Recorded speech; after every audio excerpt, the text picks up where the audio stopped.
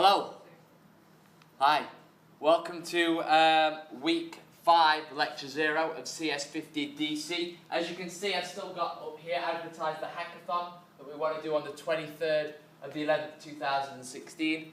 I would like to do that from 5 till 10 o'clock. So for those of you that would like to come along and just sit for 5 hours and do some coding, then please make sure that you subscribe or sign up to the hackathon event.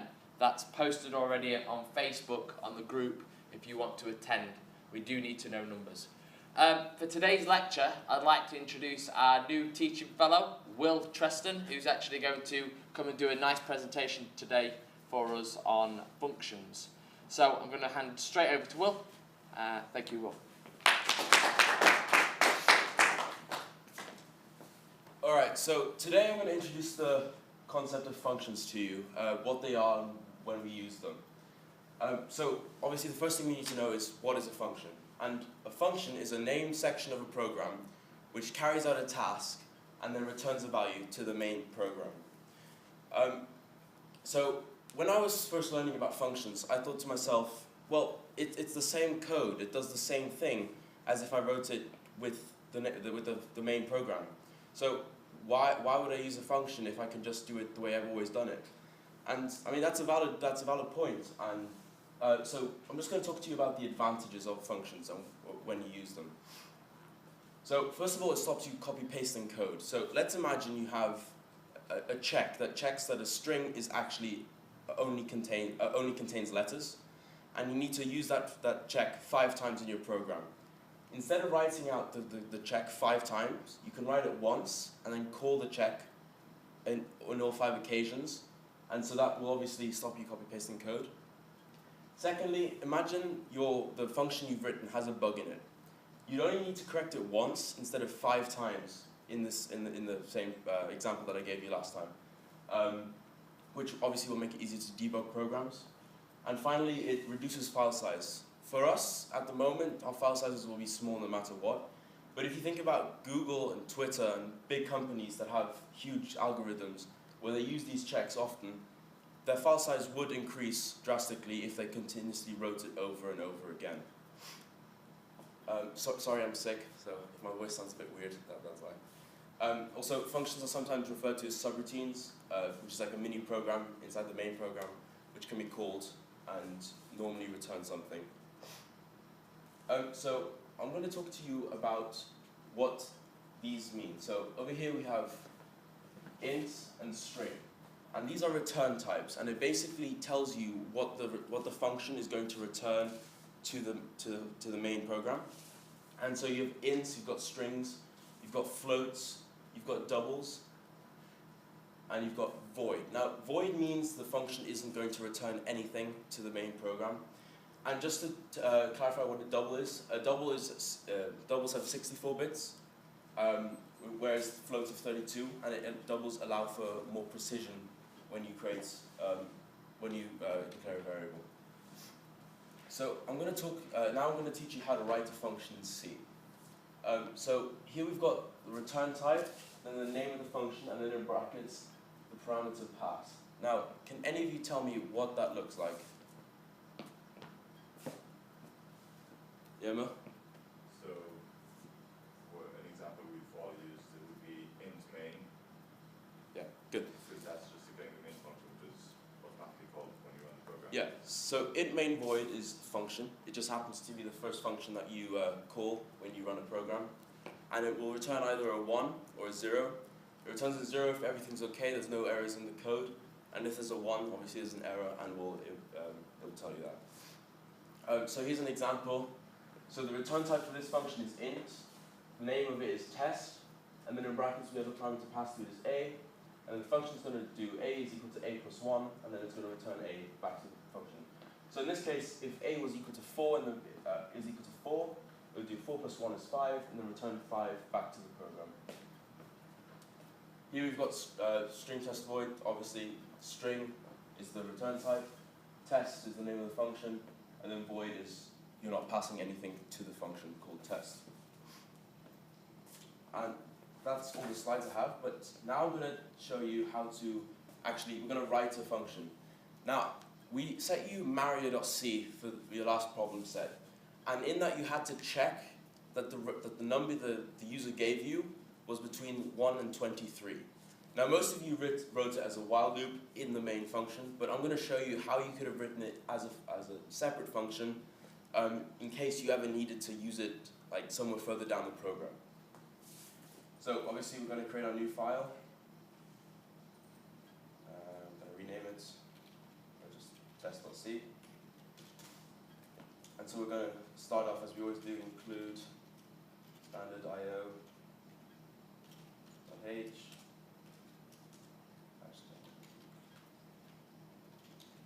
include CS50.h, and we're going to have an int main void function. Okay, so now we're going to ask the user for their number. But instead of writing the printf statements and the while loops and the getInt function in here, we're just going to exit the curly brackets of the main function, and we're going to declare a new function. So obviously, because we're returning an int, it's going to be int, and then the name of the function, which is just going to call getNumber. And then in brackets, we're not going to pass it anything, so void. Open curly brackets, and then, okay. So now, how do we get a user to enter a number into C? You've all used this. What's the sort of function that CS50 is made called? Yeah, what else? getInt. getInt, okay. So we're going to declare a new variable called number. I'm going to make it equal getInt. So now we're going to check that the number is in the range of 1 to 23. So we're going to have while, open brackets, number is less than 1. We're going to have or, which is, do you know what those are called? 2 pipes. 2 pipes. And then we're going to have number is less than, number is less than 1, or number is greater than 23. We're going to do printf number is incorrect.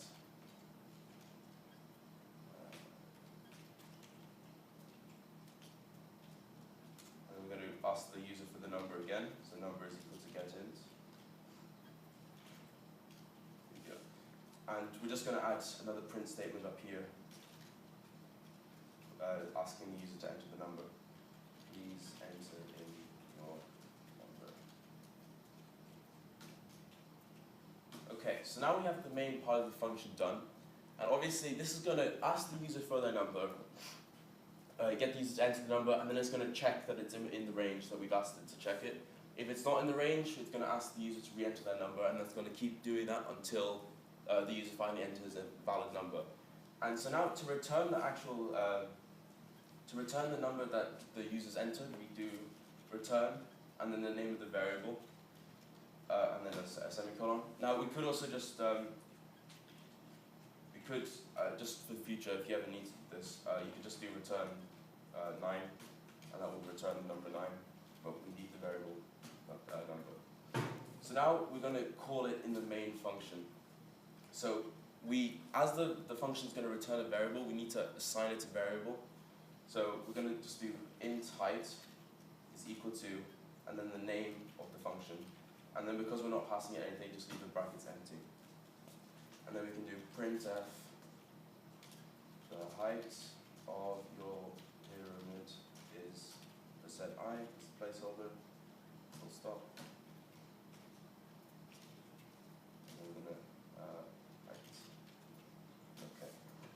So now we're going to save that and try running it.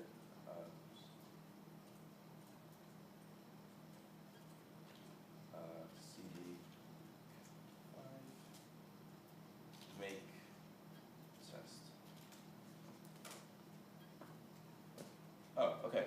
So the compiler is giving us an error, and it's saying get number is not valid in C99. And what this means is we haven't told the compiler that the function getNumber actually exists. So the way we do this is we just, above int main void and under the hashtag includes that you may have, you just declare it. So you declare it by writing the return type, the name of the function, which which is get number, and then you tell it if there's any if you're telling the parameters that it's going to be passed. So in this case, nothing, and then a semicolon. And so now this should compile. There we go. And if we run it, /test, enter new number. Let's do 44. Number's incorrect. 33. And then 3, and then that's correct. Now, in this case, it wouldn't have made much sense for us to write this function because we're only writing it once. But let's say further down in your program, whatever it may be, you want to call the number, you want to get a new number, you can just call the same function, and rather than writing out the entire check once again, you can just call the function get number. And if we make this again, we run it, please enter your number, 3, and then it's going to ask us again. So let's say we do 223 this time, it's going to obviously not be in the range. But if we do 3, it's going to accept that. So functions are useful, and they tidy up your code, they make it easier to read, and once you get the hang of them, they can be they're fairly easy to implement. So that's all I have for you today, and we're doing a code one now, I believe. Yeah, I think we're going to do a code one. Oh, one more thing, sorry. Oh, go on. Yeah. There's this thing that CS50 has set up called reference.cs50.net, and it tells you all about the function, all about sort of the different functions they have. So obviously in cs50.h, it tells you what like a header file you need to include, and then how you would use it. They've got loads and loads of different functions. So if you ever don't know what a function does, you can just do get underscore. You can like search for get underscore char, and obviously you have it here, or you can do get int, and then it just tells you all the different what you need to do to use different functions that CS50 has done. Thank you.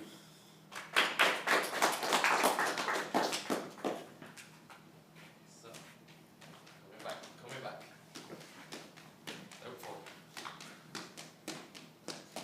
So functions are, for me, one of the hardest things that I had to grasp, not in this programming language. I actually figured out functions before C, so I started using them in Python first, which is something we'll come to much later on in the course.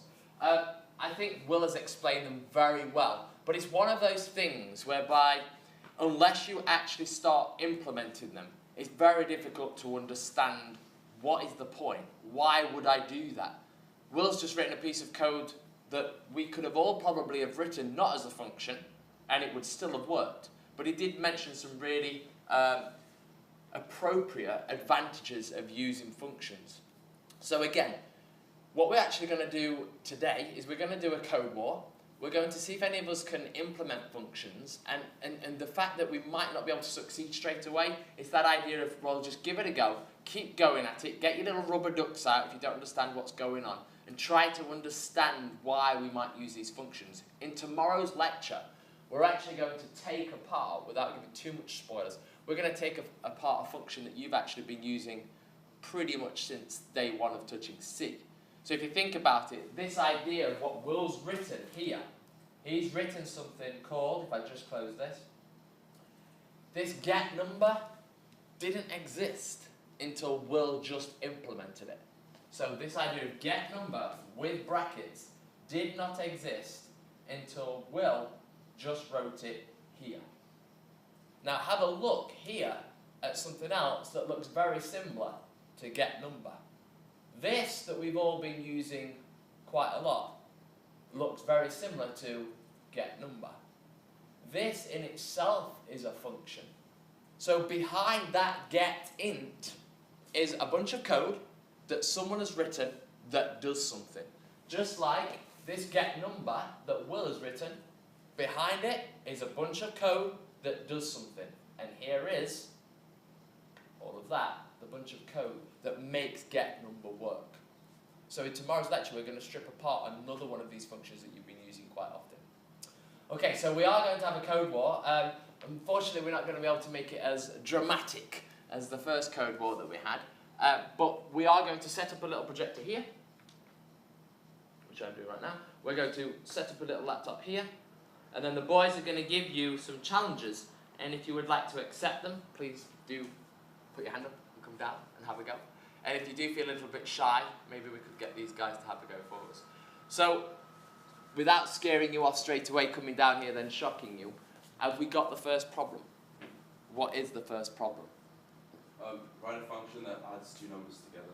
Write a function that adds two numbers together.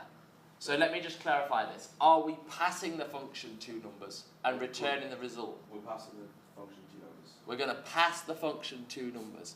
So what your function has to do is receive two numbers, add them together, and then return the sum of those two numbers. Now actually, I think this would be a good one to do for those that haven't actually, I think this would be too challenging for those that don't know how to implement functions yet. So I'm actually going to ask Natasha and Ocean to come and do this one. So Ocean, if you can sit there, Natasha, if you can go here. So think about this. When Will implemented this function here, he did put get number is void, which means don't give the function anything. Don't give it anything. Just within that function, do something. What Will's asking us to do now is write a function that actually takes something, does something to it inside the function, and then returns the output of it. So we'll watch the boys, and off you go. Don't give them a head start. Let's go. And what I'll try and do is I'll try and talk you through what they're probably thinking of doing. So they're including the standard libraries.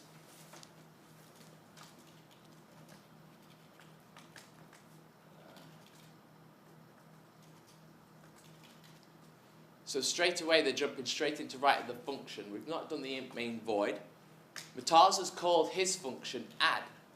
And what he's saying there is he's saying, well, I'm going to sorry, there it is. He's actually saying to the program, there is going to be a function in here somewhere, and it's going to be called add. And it's going to receive two parameters. It's going to receive an integer called a and an integer called b. Now in his main program, we'll come and have a look at what Ocean's doing in just a second. In his main program, he's going to simply call the function add. Now again, we haven't yet written it yet. He's going to call this function add, and he's going to pass it 2 and 4. Right, so now what he's done, oh, he's already done it. So now what he's done here, oh, notice how Ocean's doing it very differently. Now what he's done is saying, right, this is a function called add. It's going to return an integer. I've called add up here, and I've passed a 2 and a 4. So this function receives the 2 to the variable a, receives the 4 to the variable b, and then he's just returned a plus b. So when this gets called, 2 and 4 is passed in, it returns the sum of those two numbers, and we should get the sum of it here, which is 6. Now notice that Ocean's going about this slightly differently. Okay, so what Ocean's done is he's not actually got you to, what Mataz has done is he as the programmer has passed it 2 and 4. Whereas what Ocean's trying to do is he's saying, well, you know what? Mine's going to be better. I'm going to let the user type in the numbers they want to pass it. Can you manipulate yours so yours does that? I don't think this works though. Well, it doesn't look like you can actually do that. So I'm assuming you're going to have to assign those to variables before you pass them. That's the issue. Is that not? The reason that Murtaza didn't include the CS50.h is because he hasn't used something called getIn or getString, which is what the CS50.h library allows you to do. But he's had to include it now, because now what he's doing is he's going to use getInt, which is a function that was written and exists in the CS50.h library. Notice what he's doing here now. In the main program, he's going to let you enter an integer, and he's going to put that in the variable a. He's then going to let you get another integer and put that in the variable b. And then what he's going to do is he's going to print out, and he's going to call the function add and pass it a and b. So what does that do? A and b receives a and b, adds them together and returns it. So he entered 5, he entered 12, and it returns 17. How are we getting on? Almost. Oh, you're nearly there. You're nearly there. String substitution. What we got going on there? Add a print. Oh. You've never actually passed it a I need parameter. Python. A placeholder. I think we're there, Ocean. I think I lost though. But you gave Murtaza that idea of letting the user add the numbers. Give us the first number. Give the second number. Yay. There we go, well done. Well done. Now, again, this is one of those things where you might be looking at it going, what the heck is going on? But trust me, Will has explained this very well, and Ocean and Murtaza have actually implemented this very well. They've implemented the theory that Will has just introduced. Does anybody want to come down and have a go? I am not going to pester you if not, because this can be a little bit daunting. Sure. Come on then, Mohammed, let's go. Ocean, you lost them. No, I just wanted to check something. Yeah. Can I pick on someone? Does anybody have any questions about how these functions are working? I think you'll have more questions when you start implementing them yourself and say, well, why isn't this working? Why is it not giving me that? But for now, let's have another challenge, Will. Can we get another audience member? What? Oh, you want to sit down? Yeah. Well, Go on, let me list the challenge and I might have a go. Alright, so I made a function that got a number and I checked the number was in a range and then returned the number. So it's going to be fairly easy. Just get a string and then return the string. Don't do any checks to it. Just get a string and return it, and then print it out in the main. So the let's just get this right. So the function's going to be void. It's Yeah, not going to it's not receive gonna- anything. No, it's just going to ask the user for a string and return that string, and then print out in the main. Yeah. Go on then. I'll have a little go. Pressure's on. Are you starting now? Yeah. I'll give you a little bit of a head start because I'm just going to use his include. So basically what we're doing here is, this is one of those, what's the point? But he's going to get the practice into writing functions. We're just going to write functions that's going to allow you to get a string, and then it's going to return the string. Now I could do that in int main void, but what Will's asked us to do is write a function outside of int main void that does it, and then call that function inside int main void. Can I change the challenge to make it more interesting? Well, let's start with this one, and then take it, because let's start with this one because it's a nice easy one for me. He says. I'll remove some of this stuff. I'm just going to help let you catch up a little bit there, Mohammed. Catch up. Well, I've got all the stuff already, though. No, you have to start with the blank one. You No, can't no, just- I'm starting with this You one. can't change it.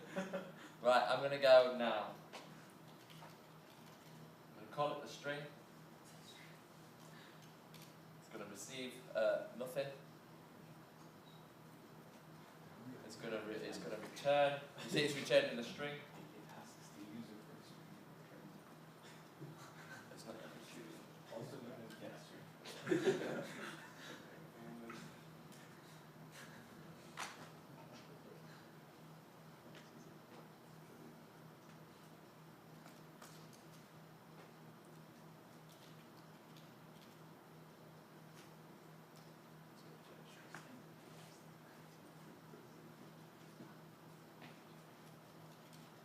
How are you getting on, Mohammed? Can you talk us through this, maybe Murtaza or Ocean, or Will even, so if we look at Muhammad's code here, which is obviously the better one. he's declared the prototype of the function string return string, so it's going to return a string, and he hasn't actually defined it yet. He hasn't actually said what the code is going to do. But he's in his main function. He has tried to call return string so he can print it out. Mr. Wood over here is working on a function void, the string void, which takes nothing and returns nothing, and he's currently in the process of writing it. So let's see what he writes. Well, I'm glad you've just done that because I've just realised I just did one. Oh, wait, that's the right So he's calling the getString function to ask the user for a string,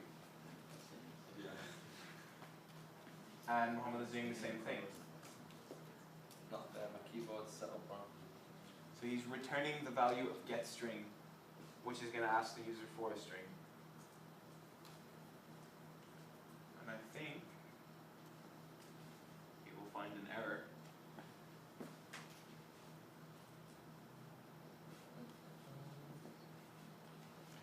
Does he know what he's done wrong? What's the symbol? It's string, it's string. String, okay.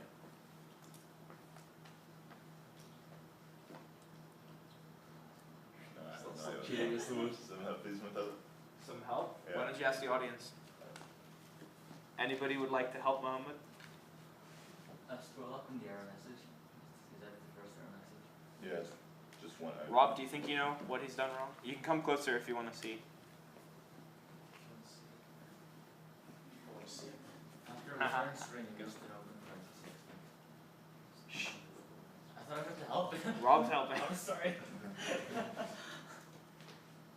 There we go. You said it, though. Thanks. So now he's actually going to call the function rather than just trying to print the function itself.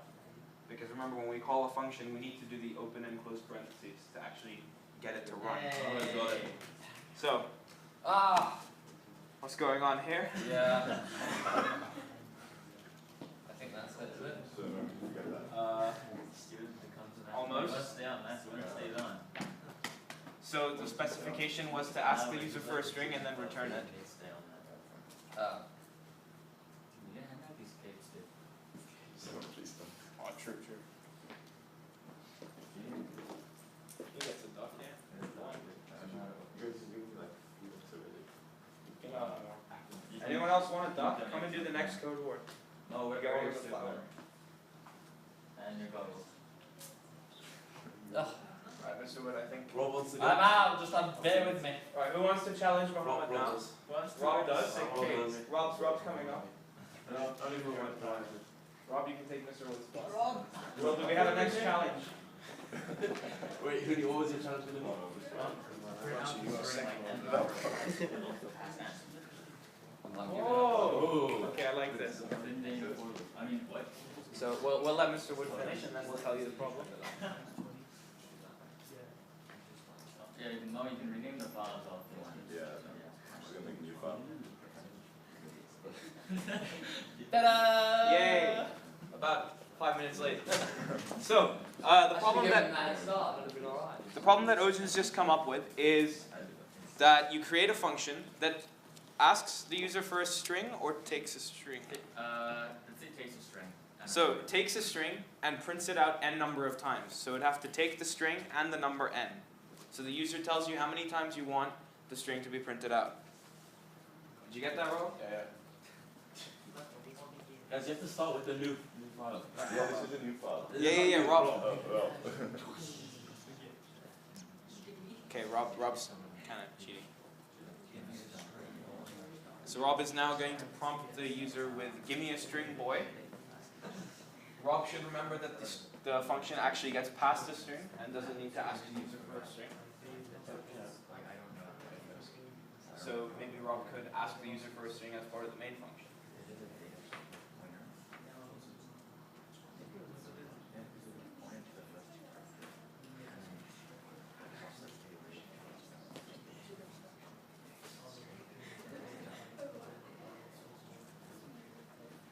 Taz, I've got a question. Sure. In the example of the one we've just done, if you have a look at mine now, line 4, string, the string, A. Yeah? Now the reason string isn't un is because CS50.live.h library makes string a data type. Yeah? No spoilers hopefully there, but if I didn't put the CS50.h library in there, what could I have put the data type as the string A? Or would it not This work? is a spoiler, but it's char star. You think that would work? For this case, probably yes. Yeah. Because getString actually returns a char star. So. Let's see what Mohammed's working on. He's created his string mult function, which takes a parameter A of unknown data type, but returns a string. Thank you for the heads. A reminder that this function is meant to take a string and a number and print out the string that number of times.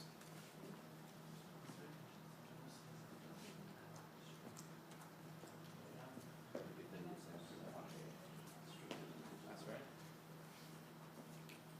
So now Rob is asking the user for both a string and an integer, which he's presumably going to pass to the function.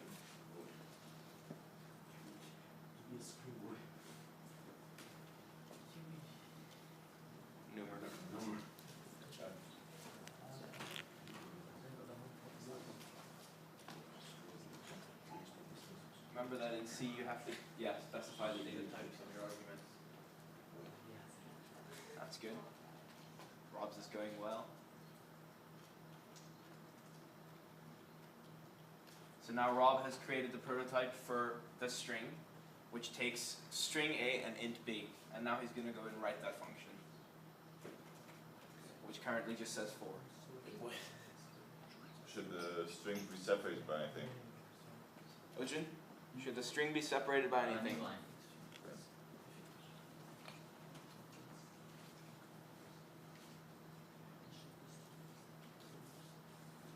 So Rob is now going to construct a for loop, and he is thinking what he needs to put in there.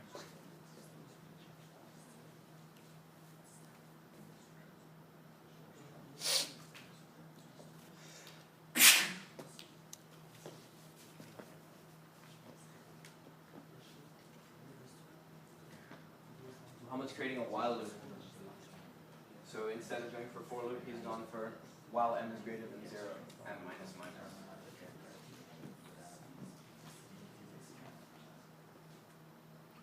Rob has also decided to forego the for loop and go for a while loop.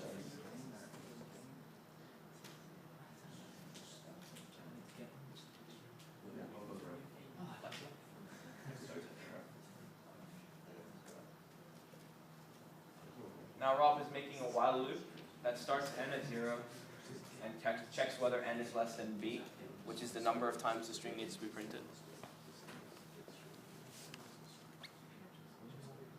Mama's run into some errors.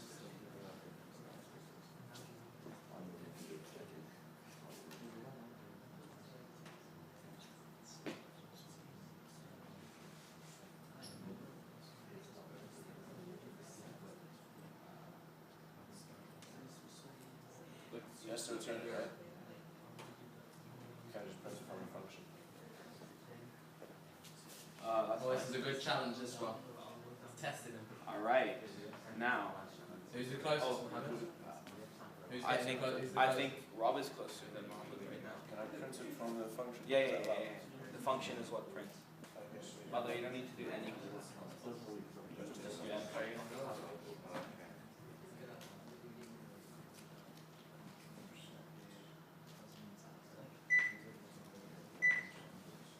Control reaches an end of non-void function. You know what that means? I didn't do anything. Does the problem require you to return anything? No. So why don't we change the return type? Good point. CD week 5. We're not in week 5, my dude. Oh, no? No.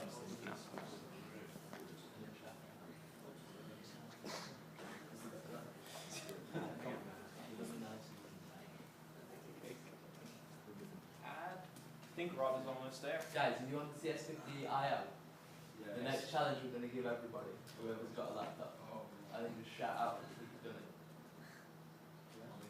Girls, if you got a laptop. Problems in your main One function. eye. Only you said no then. And also in Only your you main shook function your as head. well. There you go, Mohammed. Ocean's letting you use his. Have you done it? Yeah. What should we call it? No, he's done it. Have you? Yeah. Actually, no. No, that seems to be printing an infinite number of times. Come on, Rob. Rob, you got this. You forgot another semicolon. You can do that. N plus plus. Minus 15. He's done it. No, no. Come on, Rob. Finish it up. Hang on, did you, right, could you get the user to enter that number 6? Unused variable Yeah, A. sure. Oh, you don't actually call this the function. You need to actually Mohammed's call done it, but he's going to refine it.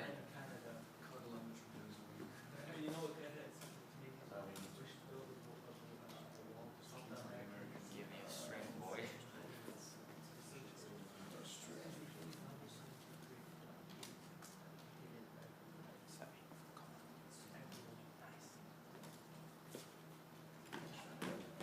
Save that. No. Got you nearly there. You just do the string as well. Just do another line of code though. Give them the string. Two few arguments to function call. So you need to actually tell set of strings, what the name of the string is and what the name of the int is. Okay, so I put it. Okay, yeah. Yeah. Do I have to put the string in the instance? Yeah. So No. One more thing though. Go up. Your function returns a string dash yeah, we need a string. We need to change the definition. We've got the semicolon line. Yeah. Where you actually and reflect that change. And to reflect that change one more time, go back up to where we call the string, where we call it. Since it doesn't return anything, there's no point doing C. Yeah. Yeah. Good. Come on. We got it. Slash add This was a good one, wasn't it? Give me a string. add hello. Add hello. Oh yeah, I've got it. Hello. 5. Yes, Rob's done it too. Okay. Well done. Right, I've got the next challenge for those of you that have got a laptop, and for those of you at the front. Will, are you doing this one? Yep. How many stayed up? True. Yeah, why not? Stay up. Go for it. Okay, so what this is going to do is it's going to be a function that takes 3 parameters. Okay? Yeah, it's going to take 3 parameters. You're going to ask for, this is outside the function, and then you're going to pass it. You're going to ask for 2 numbers. Yeah. So just like we did here, we asked for 1 number and a string. In this way, you're going to ask for 2 numbers, and you're going to ask for an operator. Right? The only operators that they can enter, but don't worry about coding this bit. Just make sure that when you put these operators in, they're going to either write the word add or minus, all in lowercase, ADD or minus, MINUS. So the function receives 2 numbers and an operator, either add or minus. Then within that function, depending on what the 2 numbers are and what the user typed in as the operator, the return value will be either those 2 numbers added together or those 2 numbers subtracted from one another. Okay? Off you go.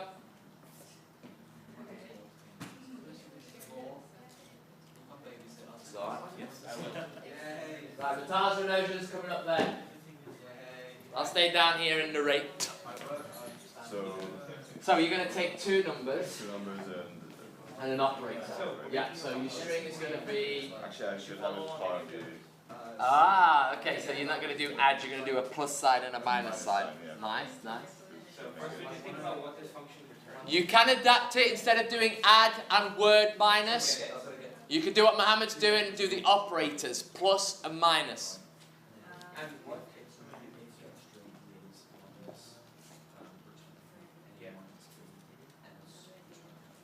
So it's going to return, what's it going to This return? function actually needs to just be Yeah, given it's the not string and the Okay, so Will's writing a function called calc. He's taking 2 integers and a string, which is the operator. He's returning from that function an integer value.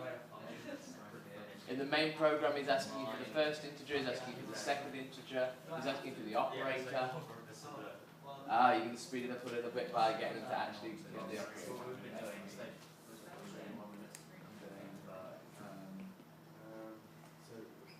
you're going to get 2 integers from the user and 1 string. No. You've done it already, you've just got to write the function now. So he's called the function. He's called the function calc, he's passed it first, which has been assigned as an integer to the user's input and get in. He's passed the second parameter, which is second, he's passed the third parameter, which is op, and now he's writing the function in calc, which receives in A, in B, in op. What is this like with printf with brackets, right? Mohammed's catching him up now. He's actually already writing the function. Yeah, we can do that. Now we have to get in.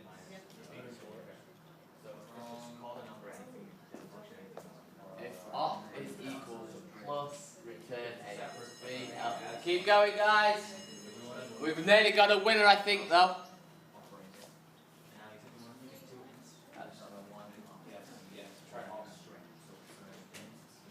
I think we're there, aren't we, Will? Yeah, I'm just making a mess of it. And then you're going to call a function, like, let's call it calc. Calc of A, B, and op. A, B, so that happens to be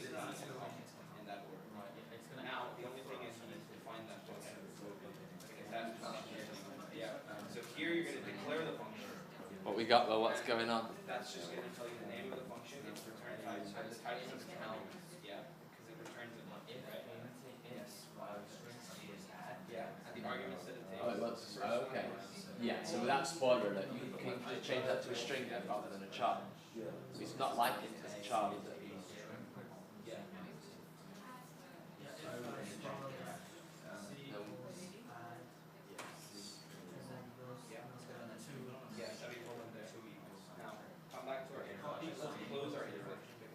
Saying comparison against a string literal is unspecified. Ooh. Get the semicolon there. And then on the new line, No, that's going to be a sign, isn't it? That's not right. If op is equal to plus. Why don't you just do some error checking and see what is actually in op? Yeah. That was the initial brief. How are you getting on, Mohammed? Zooming out a lot there. Oh, I forgot. Semicolon. What, is that what it was?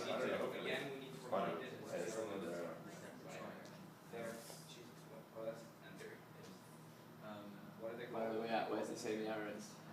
Implicit declaration of function print. Print F. What's it saying now? What's the error now? Result of comparison against a string literal is unspecified. If what's in op is equal to add. What is the data type of op? When you get it above. String op equals get string. Right. Can you just after that print out what's in there? String F. And what's in op? You're the one who found this out. Alright. We're just finding that out now. But can you compare chars? Yes. Yes. Yeah. Which is why I'm using it. Yeah. A and M. A for add, M for add. Okay, so you can take my chart. Well, Jada. Okay, rewatch this one. Okay, so we'll learn why you can compare strings later. It's C equals add. For now, it's either an A or add. So we've had to tweak this slightly because we've done a slight spoiler. So rather than take a string of the word add and a string of the word minus, we're either going to take an A for add or an M for minus. Well, oh, op is equal to A. Because why? Comparison between pointer and integer. Because what we want to do is add A and B together, which are two integers. Is char working? Char should work. Char should work. You sure? Result of comparison against a string literal is unspecified. Then you have to compare against a chart literal, which uses one single quotes. Ah, yes. Double quotes is string. Single quotes is char. We're in. We're in. Else, if there's else, we don't need to have a. Oh. So else just means any other case. Good lad. Check it again.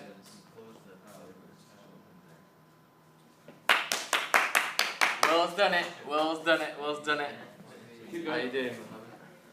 Now, I'll tell you the problem that we were just discussing. We actually can't compare strings like this. So we should use a character instead of a string. This needs So why don't you change all of your string ops to char ops? plus symbol comparing. If char is equal to. Oh, yeah. We have the string. Change that to a string. And here, make it string op equals get char op equals get char. Oh, this is how good. Autocorrect. He's trying to put two in, isn't he? There you go. Is that it? A instead of add. Yeah. Just the letter So- and A. And one last thing, you have to use single quotes. Right, what's it say now? Double quotes means string, single quotes means character. Expected expression. If char is equal to, you need spaces there. Yes, let's try. No, A. we're not missing I was trying to anything. compare char this Oh, we side. are missing something. Oh yeah, sorry, so yeah, if A This is is going to equal calc to. A, B, and off. So what's it going to do with the value of the returns? You need to actually make it print Oh, there wow. in the main function. Yes,